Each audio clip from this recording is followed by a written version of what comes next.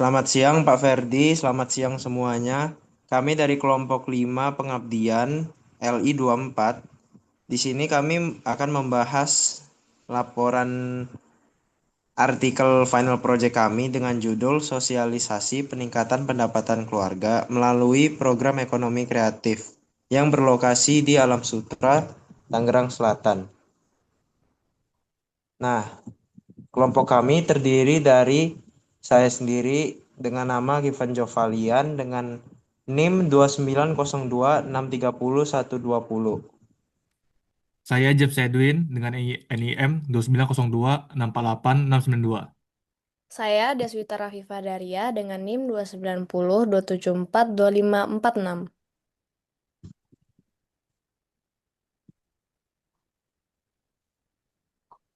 Kita akan lanjut ke bab 1 pendahuluan.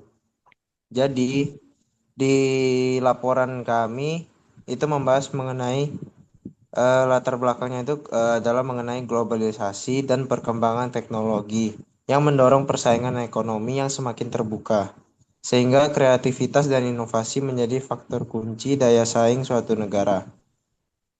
Nah, Indonesia itu termasuk di Provinsi Banten memiliki potensi besar dalam pengembangan ekonomi kreatif berbasis sumber daya manusia dan budaya lokal.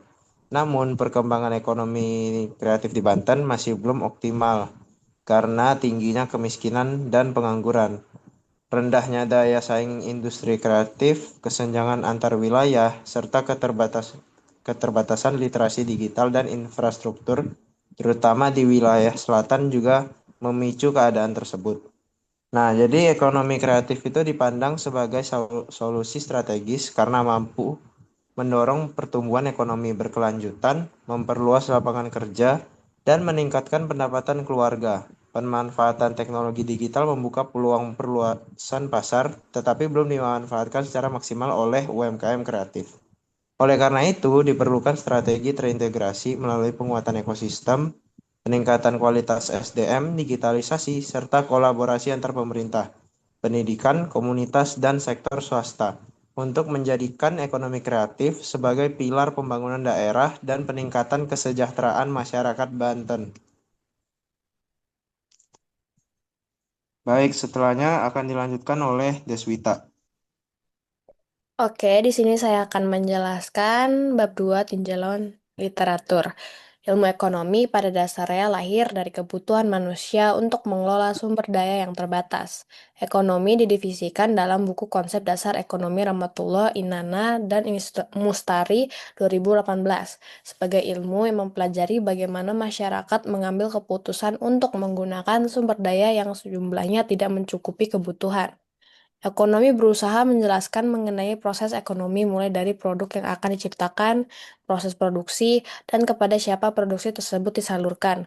Dengan kata lain, ilmu ekonomi menjelaskan proses pengambilan keputusan rasional yang dilakukan individu, rumah tangga, lembaga, maupun pemerintah ketika berhadapan dengan kelangkaan atau scarcity. Pemahaman dasar ini menjadi fondasi bagi teori lanjutan mengenai pertumbuhan ekonomi.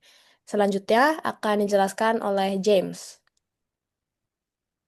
Baik, ini saya lanjutkan untuk bab 3, metode penelitian. Jadi kegiatan pengabdian kepada masyarakat ini dilaksanakan melalui 3 tahapan utama, yaitu yang pertama itu sosialisasi lapangan, kedua wawancara, dan ketiga studi literatur. Sosialisasi dilakukan di sekitar wilayah BINUS University Alam Sutra untuk mengidentifikasi kondisi sosial ekonomi masyarakat dengan melihat potensi dan tantangan dalam pengembangan ekonomi kreatif di lingkungan tersebut.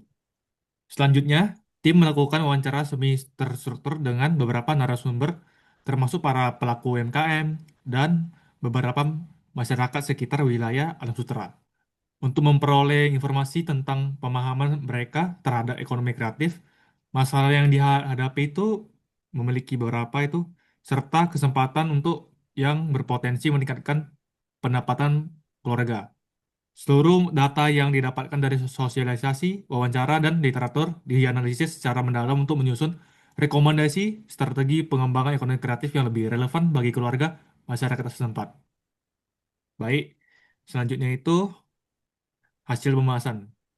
Berdasarkan kegiatan sosialisasi kepada masyarakat yang telah dilakukan melalui wawancara dan studi literatur diperoleh sejumlah temuan yang menggambarkan kondisi, potensi, serta tantangan pengembangan ekonomi kreatif sebagai strategi peningkatan pendapatan keluarga di wilayah sekitar kampus Bina Nusantara Alam Sutera. Hasil wawancara menunjukkan bahwa sebagian besar, sebagian besar masyarakat dan pelaku UMKM di sekitar Alam Sutera telah mengenal konsep ekonomi kreatif secara umum. Namun, pemahamannya masih terbatas pada kegiatan usaha konvensional.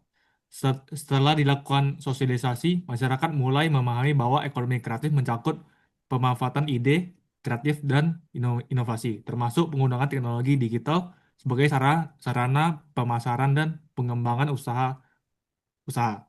Hasil sosialisasi menunjukkan bahwa wilayah Alam Sutera memiliki potensi potensi ekonomi kreatif yang cukup besar, terutama pada subsektor kuliner, kerajinan saudara, dan jasa berbasis digital.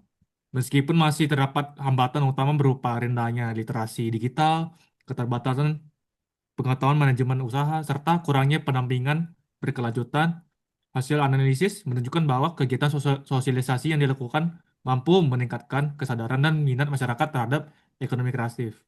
Sehingga ekonomi kreatif memiliki peran strategis dalam meningkatkan pendapatan keluarga. Baik, selanjutnya itu dilanjutkan oleh Deswita. Oke, di sini saya akan menjelaskan bab 5 adalah penutupan. Secara keseluruhan, hasil sosialisasi menunjukkan bahwa ekonomi kreatif memiliki peran strategis dalam meningkatkan pendapatan keluarga di wilayah Tangerang Selatan, khususnya di sekitar Alam Sutera. Namun, keberhasilan pengembangan ekonomi kreatif sangat bergantung pada peningkatan kualitas sumber daya manusia, dukungan infrastruktur digital, serta sinergi antara masyarakat, perguruan tinggi, dan pemerintah daerah. Temuan ini memperkuat teori yang menyatakan bahwa ekonomi kreatif bukan hanya aktivitas ekonomi, tetapi juga strategi pemberdayaan masyarakat yang menekankan kreativitas, inovasi, dan kolaborasi.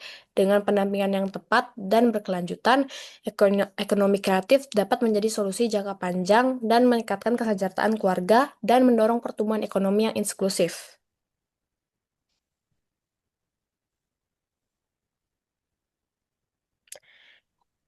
Itu sekian dari kami. Mohon maaf jika ada perkataan yang kurang. Kita akhiri. Assalamualaikum warahmatullahi wabarakatuh. Oke, terima kasih. Terima kasih. Oke, guys.